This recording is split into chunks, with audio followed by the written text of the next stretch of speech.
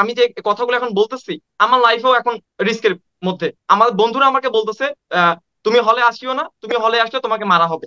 এখন ভাবেন, আমি একজন বৈধ শিক্ষার্থী হিসেবে আমি হলে যেতে পারতেছি না, মানে আমি কি করব? আমার করার কেন কিচ্ছু নাই। আপনাকে মারা হবে? কেন কেন আপনাকে মারা হবে? কেন মারা হবে? আমি এই যে কথা বলতেছি, আমি এই যে ছাত্রলীগের পথ ছেড়ে দিছি, আমি এই যে কোটা আন্দোলনের সাথে আছি, এই জন্য আমাকে মারা হবে, এই জন্য আমাকে হল থেকে বের করে দেওয়া হবে। আমি আজকে হাঁটতে পারতেছি না, মেডিকেল থেকে আমাকে তাড়ানো হয়েছে, ভয়ে ভয়ে আমি চলে আসছি। আমার মতো যারা আহত ছিল, যারা চলে আসতে পারেন, তাদের কি অবস্থা? আমি একজন ছাত্রলীগের নেতা ছিলাম, হল ছাত্রলীগ এবং অনুষদ ছাত্রলীগের নেতা। তো ছাত্রলীগের আমি আপনাকে দুইটা স্লোগানের কথা বলি। স্লোগান হচ্ছে, রক্তের বন্যায় ভেসে যাবে অন্যায়, একটা একটা শিবির ধর, ধৈর্য ধৈর্য জবাই কর। আচ্ছা, এই কথাগুলোর মিনিং কি? এই কথাগুলো কি মিনিং কি এই যে রক্ত দিয়ে আপনি হচ্ছে অন্যায় শেষ করবেন? আপনি একটা একটা করে শিবির ধরে জবাই করে আপনি হচ্ছে মানে সবকিছু শেষ করে দিবেন? আমরা যারা সাধারণ শিক্ষার্থী, আমরা রাগে, ক্ষোভে, দুঃখে আমরা আসলে বলছি কে রাজাকার, কে রাজাকার, আমি রাজাকার, আমি রাজাকার। এটা আমাদের মনের কথা না, এটা একটা আইরনি। আমাদের মনে যত দুঃখ কষ্ট ছিল, আমরা এই আইরনির মাধ্যমে প্রকাশ করেছি। শুরুতে আমি আমাদের এই আজকের হামলায় যারা শহীদ হয়েছেন, এ পর্যন্ত 3 জন শহীদ হয়েছেন, আমি শহীদদের প্রতি শ্রদ্ধা জানাচ্ছি, সৃষ্টকতা আচ্ছা, তাদেরকে এটা এটা জান্নাতুল একটু ফিরদৌস। বিভ্রান্তিকর কিনা, এটা কতটুকু সত্য? আপনি এটা তিনজন হচ্ছে মারা গেছে? সময়, আমি দেখলাম সময় টিভিতে এই নিউজ করছে। তো এটা আসলে কনফার্ম সাগর ভাই। হুম হুম, আচ্ছা। আরেকটা বিষয়, আরেকটা বিষয় সেটা হচ্ছে, রিজওয়ানা ম্যাম যে কথাটা বলেছিলেন যে আমাদেরকে যখন আক্রমণ করা হয়, ওই সময়ে মেইন স্ট্রিম কোনো নিউজ চ্যানেল লাইভ করেনি। যদি ওই সময়ে মেইন স্ট্রিম কোনো নিউজ চ্যানেল যদি লাইভ করতো, তাহলে আপনি কত হাজার ছবি পেতেন, কতভাবে যে অত্যাচার করা হয়েছে, কতভাবে যে মারা হয়েছে, কল্পনা করতে পারবেন না আপনি।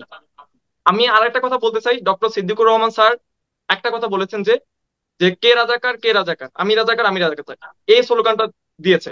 আমি একজন, এই স্লোগান নিয়ে কথা বলেছি, আমি একজন ছাত্রলীগের নেতা ছিলাম, হল ছাত্রলীগ এবং অনুষদ ছাত্রলীগের নেতা। তো ছাত্রলীগের আমি আপনাকে দুইটা স্লোগানের কথা বলি। স্লোগান হচ্ছে, রক্তের বন্যায় ভেসে যাবে অন্যায়, একটা একটা শিবির ধর, ধৈর্য ধৈর্য জবাই কর। আচ্ছা, এই কথাগুলোর মিনিং কি? এই কথাগুলো কি মিনিং কি এই যে রক্ত দিয়ে আপনি হচ্ছে অন্যায় শেষ করবেন? আপনি একটা একটা করে শিবির ধরে জবাই করে আপনি হচ্ছে মানে সবকিছু শেষ করে দিবেন? আমরা যারা সাধারণ শিক্ষার্থী, আমরা রাগে, ক্ষোভে, দুঃখে আমরা আসলে বলছি কে রাজাকার, কে রাজাকার, আমি রাজাকার, আমি রাজাকার। এটা আমাদের মনের কথা না, এটা একটা আইরনি।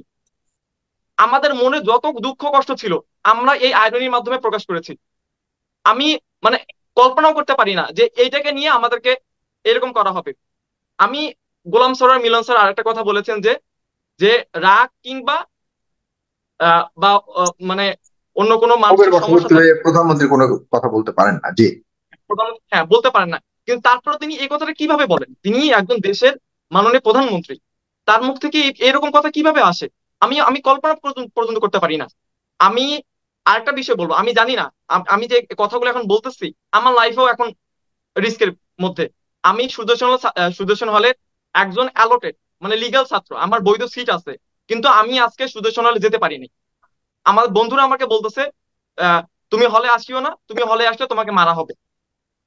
এখন ভাবেন, আমি একজন বৈধ শিক্ষার্থী হিসেবে আমি হলে যেতে পারতেছি না, মানে আমি কি করব? আমার করার কেন কিচ্ছু নাই। আপনাকে মারা হবে? কেন কেন আপনাকে মারা হবে?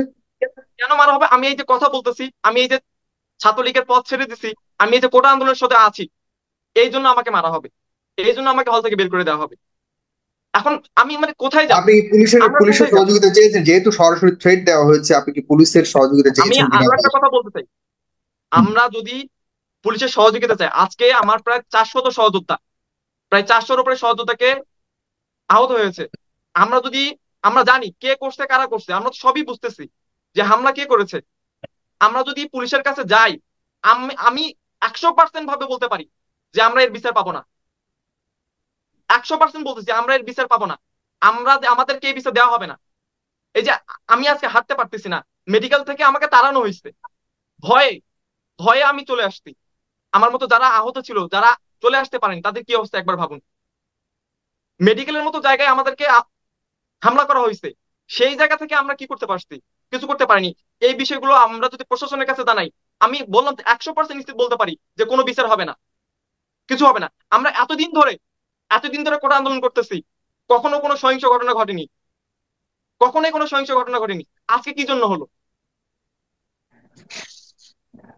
এর জি। দায়, এর দায় একদম ছাত্রলীগের। গতকাল প্রধানমন্ত্রী যে বক্তব্য, সেই বক্তব্যের কারণে আমরা রাতে যে শোডাউন করেছিলাম, মিছিল করেছিলাম। এইটা এইটা একটা আইরনি, আমরা বলেছি যে কে রাজাকার আমি রাজাকার, এটা আমাদের ক্ষোভের বহিঃপ্রকাশ, এটা অন্য কিছু না। ধন্যবাদ। আপনাদের তার মানে এখন কি করতে যাচ্ছেন আপনারা, এবং আপনাদের সহযাত্রী যারা রয়েছেন তাদের অবস্থান কি? তারা ঘোষণা করেছে, একটু আগে দেখলাম ঘোষণা করেছে আগামীকাল সারা দেশেই বিক্ষোভ আন্দোলন অবরোধের।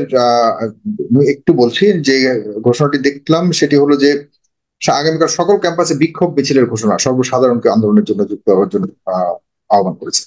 তার মানে আমি আপনারা আগে রাজপথে রয়েছে, হ্যাঁ। হুম। আমি আগেই বলেছি, আমরা আমাদের যে দাবিটা, এটা যৌক্তিক একটা দাবি।